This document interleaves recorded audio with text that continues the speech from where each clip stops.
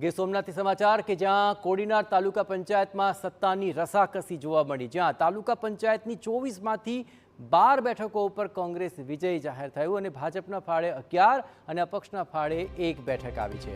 હવે ભાજપ ખેલ પાડી દેશે તેવી કોંગ્રેસને દહેશત છે, ત્યારે કોંગ્રેસ અને અપક્ષ ઉમેદવારને અજ્ઞા સ્થળે લઈ જવામાં આવ્યા છે।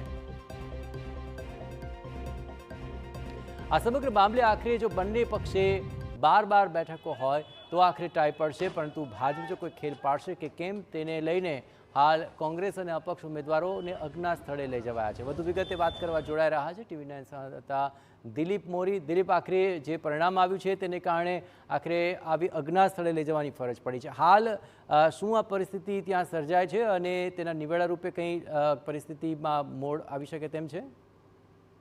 એક ચર્ચાઓ અત્યારે તેજ થઈ છે, જે પ્રમાણે કોડીનાર તાલુકા પંચાયતની સીટો છે તે કુલ 24 બેઠકો છે। કોંગ્રેસ 12 બેઠકો પર વિજય થઈ છે, ભાજપ 11 અને 1 અપક્ષ, જેને લઈને ચર્ચાઓ તેજ હતી। પરંતુ હાલ જે ઉમેદવારો છે તેનો સંપર્ક અન્ય કોઈથી થયો ન હોઈ શકે, જેના કારણે એવી ચર્ચા સામે આવી છે કે ક્યાંય અજ્ઞાત સ્થળે આ લોકોને લઈ જવાયા છે। પરંતુ જે એક ઉમેદવાર અપક્ષનો છે, આ અપક્ષનો ઉમેદવાર સાથે મારે થોડી વાર પહેલા જ વાત થઈ છે। તેમનું કહેવું હતું કે અનેક લોકોના કોલ્સ આવે છે, પરંતુ તે ક્યાંય અન્ય કોઈ જગ્યાએ તેને નથી લઈ જવામાં આવ્યા, તે પોતાના ઘર પર જ છે। પરંતુ જે કોંગ્રેસના ઉમેદવારો છે તે ક્યાં છે તેનો હજુ સુધી કોઈ સંપર્ક નથી થયો, જોકે તેને અજ્ઞાત સ્થળે લઈ ગયા છે તેવી ચર્ચાઓ છે।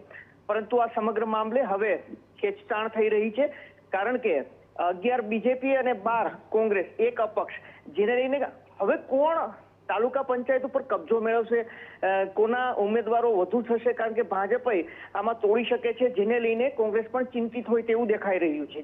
જી બિલકુલ દિલીપ, તમામ પરિસ્થિતિ પર આપ નજર રાખતા રહેજો। તો ભાજપ કોઈ ખેલ પાડશે કે કેમ તેને લઈને કોંગ્રેસના તમામ ઉમેદવારો અને અપક્ષ ઉમેદવાર જે જીત્યા છે તે તમામ જાણે અજ્ઞાત સ્થળે લઈ જવાય હોય તેવી પરિસ્થિતિ અહીં જોવા મળી રહી છે।